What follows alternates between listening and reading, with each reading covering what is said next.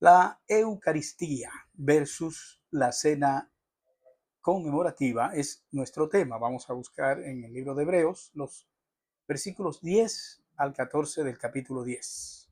La palabra del Señor nos dice así: en esa voluntad somos santificados mediante la ofrenda del cuerpo de Jesucristo, hecha una vez para siempre.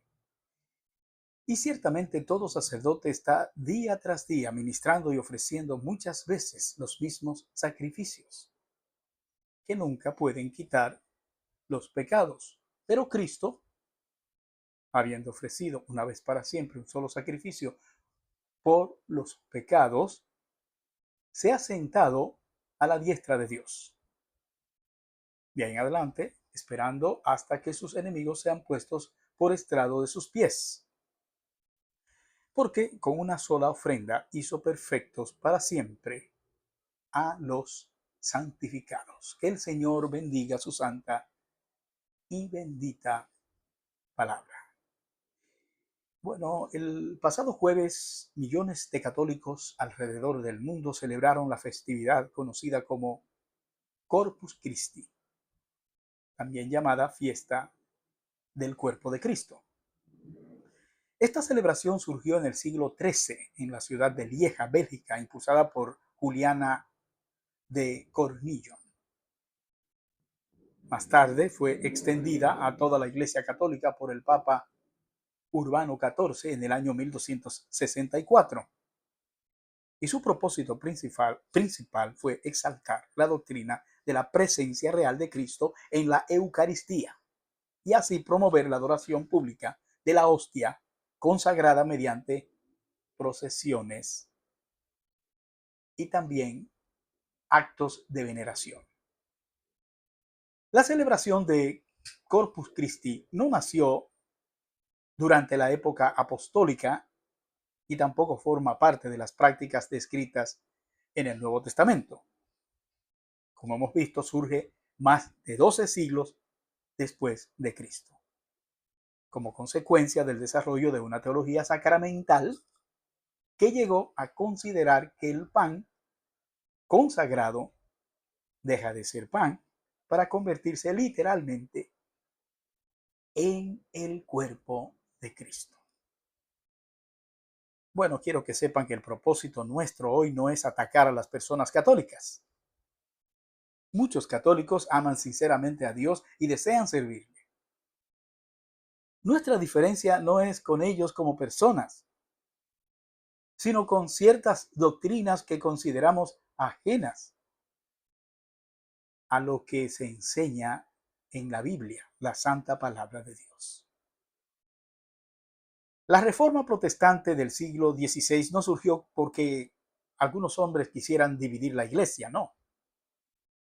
Surgió porque hombres como Martín Lutero, Juan Calvino y otros llegaron a la convicción de que la autoridad suprema debía ser la escritura y no las tradiciones humanas.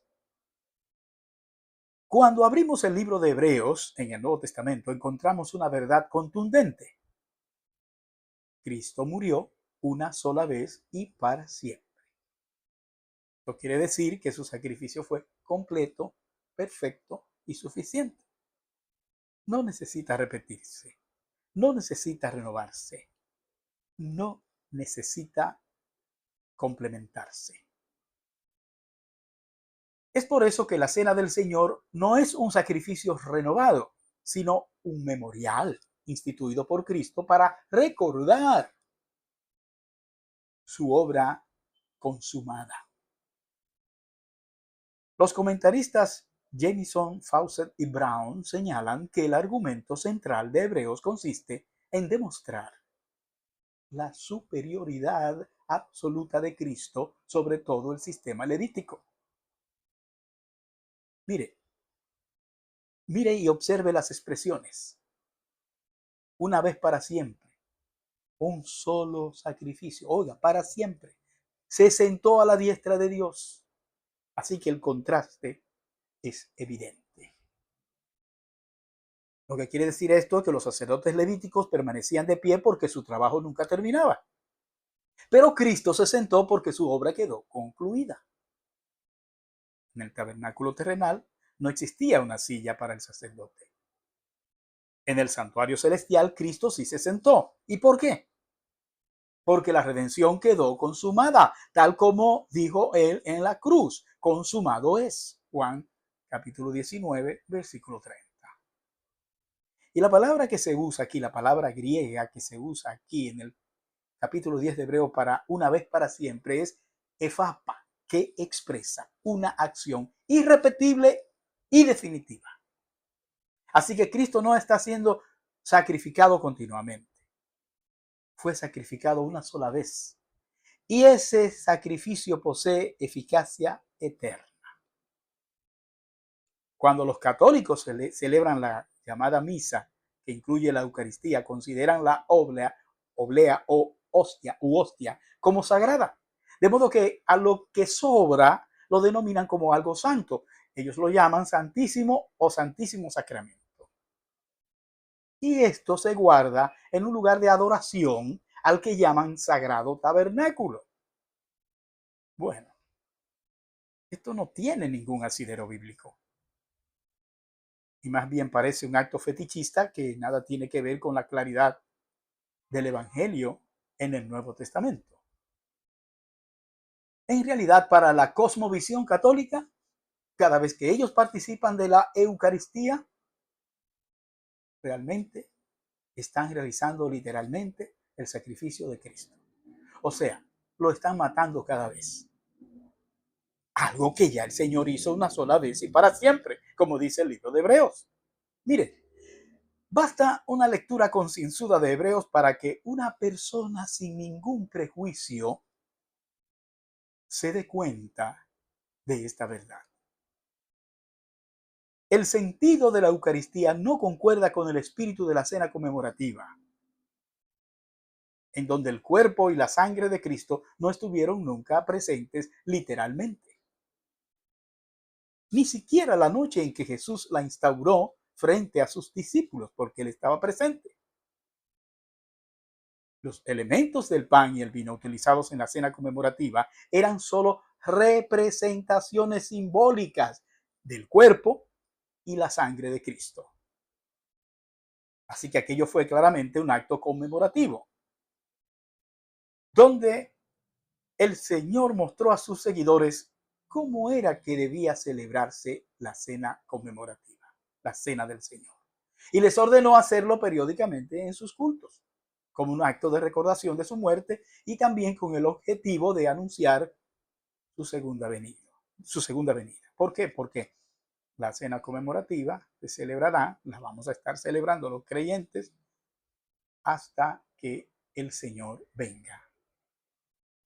Vamos a ver brevemente tres cosas que Jesús hizo con su sacrificio en la cruz. En primer lugar, Jesús eliminó el continuo sacrificio. Este continuo sacrificio era el que oficiaban los levitas. Eran los sacerdotes arónicos. Se llamaba así por el nombre de Aarón, quien fue el primer sumo sacerdote de la nación de Israel en tiempos de Moisés, práctica que fue instaurada durante su peregrinar por el desierto durante el éxodo, cuando fueron libertados del yugo egipcio. Así que bajo la ley de Moisés existía un sistema sacrificial permanente. Cada día se ofrecían sacrificios, cada semana, cada mes, cada año, particularmente en el día de la expiación. La sangre de animales era derramada constantemente. Sin embargo, aquellos sacrificios tenían una limitación. No podían quitar el pecado. Solamente podían señalar hacia el verdadero sacrificio venidero. Por eso es que encontramos en Hebreos 10:4 que dice, porque la sangre de los toros y de los machos cabríos no puede quitar los pecados. Aquellos sacrificios eran sombras, porque Cristo era la realidad. Aquellos eran figuras, Cristo es el cumplimiento. Aquellos eran temporales. mas Cristo es eterno. Cuando Jesús murió en la cruz, el velo del templo se rasgó de arriba abajo, dice Mateo 27:51. O sea, Dios estaba anunciando que el antiguo sistema había terminado. La cruz marcó el fin de los sacrificios repetitivos y por eso Hebreos 9:26 afirma, de otra manera le hubiera sido necesario padecer muchas veces desde el principio del mundo. Pero ahora, en la consumación de los siglos, se presentó una vez para siempre por el sacrificio de sí mismo para quitar de en medio el pecado. Ahí termina la cita. La cena del Señor jamás fue diseñada para repetir el sacrificio. Fue diseñada para recordar el sacrificio. Y hay una gran diferencia entre repetir y recordar.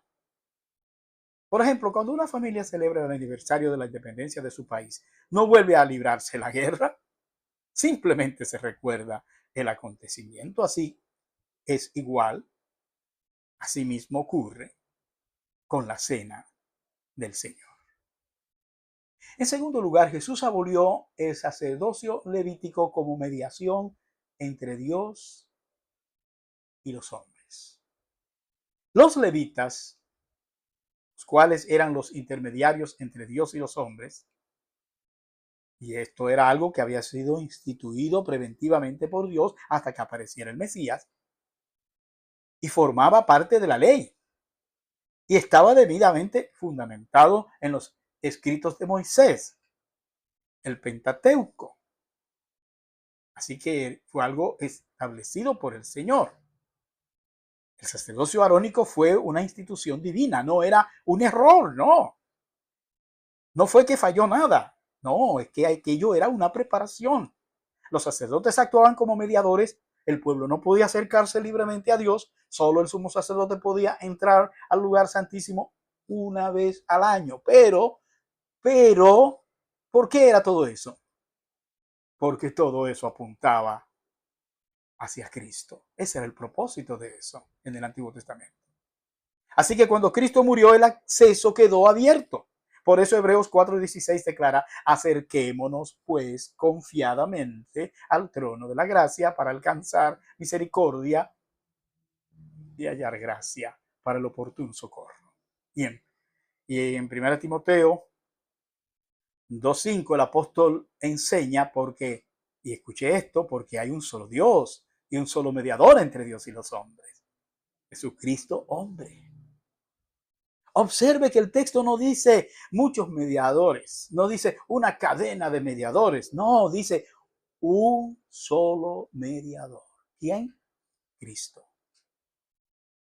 Y aquí encontramos una de las grandes diferencias entre la teología sacramental romana y la enseñanza del Nuevo Testamento. El Nuevo Testamento enseña el sacerdocio universal de los creyentes, el cual se establece con la muerte de Cristo en la cruz. Ahora cada persona puede presentarse de manera particular delante de Dios sin necesidad de sacerdote. Todo esto por lo que Jesús hizo en la cruz. Por eso Pedro escribió, mas vosotros sois linaje escogido, real sacerdocio, nación santa, pueblo adquirido por Dios para que anunciéis las virtudes de aquel que os llamó de las tinieblas a su luz admirable. Primera de Pedro 2:9 se está refiriendo a la iglesia, a los creyentes. De este versículo extraemos que todo creyente tiene acceso directo al Padre. No necesita un sacerdote humano para obtener acceso a Dios. No necesita un sistema clerical para ser escuchado por Dios. No necesita otro mediador. ¿Por qué? Porque Cristo es suficiente. El doctor H.E. Dana, en su obra sobre eclesiología, enfatiza que la iglesia neotestamentaria es una comunidad de creyentes regenerados que tienen acceso directo a Dios por medio de Cristo y no mediante una casta sacerdotal especial. La autoridad espiritual pertenece a Cristo, quien es la cabeza de la iglesia. No pertenece a una jerarquía humana. Y finalmente, Jesús estableció su sacrificio único según el orden de Melquisedec. Fíjese cómo dice el versículo 17 de Hebreos 7. Tú eres sacerdote para siempre según el orden de Melquisedec. Melquisedec aparece en Génesis 14. Es una figura misteriosa. Se le denomina como rey de Salem y sacerdote del Dios Altísimo. A este sacerdote Abraham le entregó los diezmos. Pero así como apareció, así mismo desaparece en la narrativa bíblica. Y el autor de Hebreos utiliza esta figura para mostrar que existe un sacerdocio superior al arónico. Se está refiriendo a ese sacerdocio de Melquisedec y se refiere al sacerdocio de Cristo. Quiere decir que se desplazó el sacerdocio arónico por el sacerdocio del tipo de Melquisedec, que era superior. Melquisedec es un personaje del Antiguo Testamento, como hemos dicho, que funge entonces como tipo de Cristo. Por eso se dice según el orden de Melquisedec, porque no tiene origen ni tiene fin. Hebreos 7:13, como Cristo, que es alfa y omega, no tiene origen ni tiene fin. Así que se ha identificado a este personaje como una teofanía, o sea, una aparición previa de la encarnación de Cristo. De este modo, según lo que encontramos en el libro de Hebreos, Jesús estableció un nuevo y mejor pacto edificado sobre mejores promesas. Y entonces dio paso a la gracia, cumpliendo así todas las exigencias de la ley. El sacerdocio levítico dependía de genealogías. El de Cristo depende de una vida indestructible. El sacerdocio levítico terminaba con la muerte. El de Cristo es eterno. El sacerdocio levítico era imperfecto. El de Cristo es perfecto.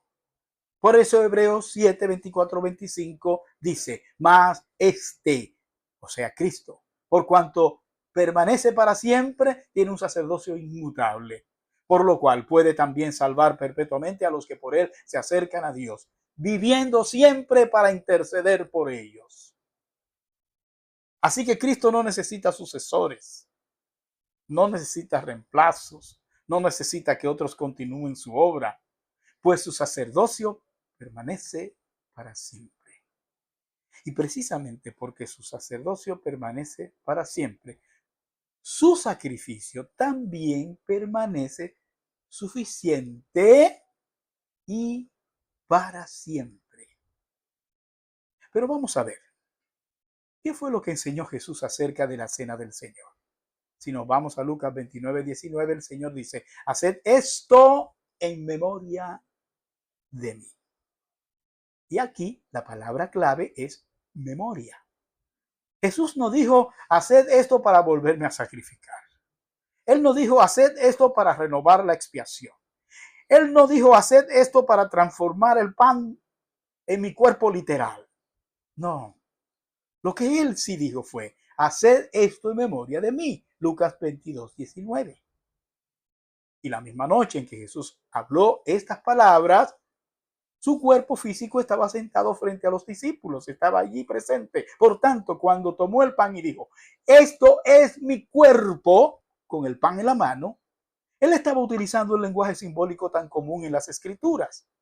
Así como cuando se dice, él decía, yo soy la puerta, yo soy la vid, yo soy el camino. Así que nos damos cuenta que simplemente el pan representaba su cuerpo y la copa representaba su sangre. Los elementos eran símbolos invisibles de una realidad espiritual. Y Pablo reafirma este carácter conmemorativo cuando escribe lo siguiente. Así pues, todas las veces que comiereis este pan y bebiereis esta copa, la muerte del Señor anunciáis hasta que Él venga. 1 Corintios 11:26. Y a propósito, vamos a observar los tres tiempos que hay aquí. Pasado, recordamos su muerte. Presente, proclamamos el Evangelio. futuro esperamos su regreso. O sea, que la cena mira hacia atrás, hacia la cruz. Mira hacia arriba, hacia Cristo glorificado, y mira hacia adelante, o sea, hacia su segunda venida. Queridos hermanos y amigos, debemos confiar únicamente en el sacrificio de Cristo. Nuestra salvación no depende de rituales, no depende de ceremonias, no depende de obras humanas, depende exclusivamente de la obra consumada de Cristo. Debemos participar de la cena con reverencia, eso sí, porque aunque los elementos son simbólicos, lo que esos elementos representan es sagrado. Recordamos el precio infinito de nuestra redención. Así que debemos rechazar toda tendencia al ritualismo. El peligro del ser humano siempre ha sido sustituir la realidad espiritual por objetos visibles. La fe cristiana está centrada en Cristo resucitado, no en reliquias, no en objetos, no en elementos materiales. Y recuerde, debemos anunciar la segunda venida de Cristo. Cada vez que celebramos la cena, decimos que el Señor murió, que el Señor resucitó y decimos que el Señor volverá. La diferencia entonces fundamental entre la Eucaristía romana y la Cena del Señor bíblica puede resumirse de la siguiente manera. La Eucaristía, según la teología católica tradicional, presenta sacramentalmente el sacrificio de Cristo y sostiene la presencia real de Cristo en las especies consagradas. Y a esto, teológicamente, se le llama transubstanciación. En cambio, la Cena del Señor, según la comprensión evangélica histórica, que es la comprensión bíblica, es un memorial instituido por Cristo para recordar una obra terminada, perfecta y suficiente. Hebreos proclama, porque con una sola ofrenda hizo perfectos para siempre a los santificados. Hebreos 10:14.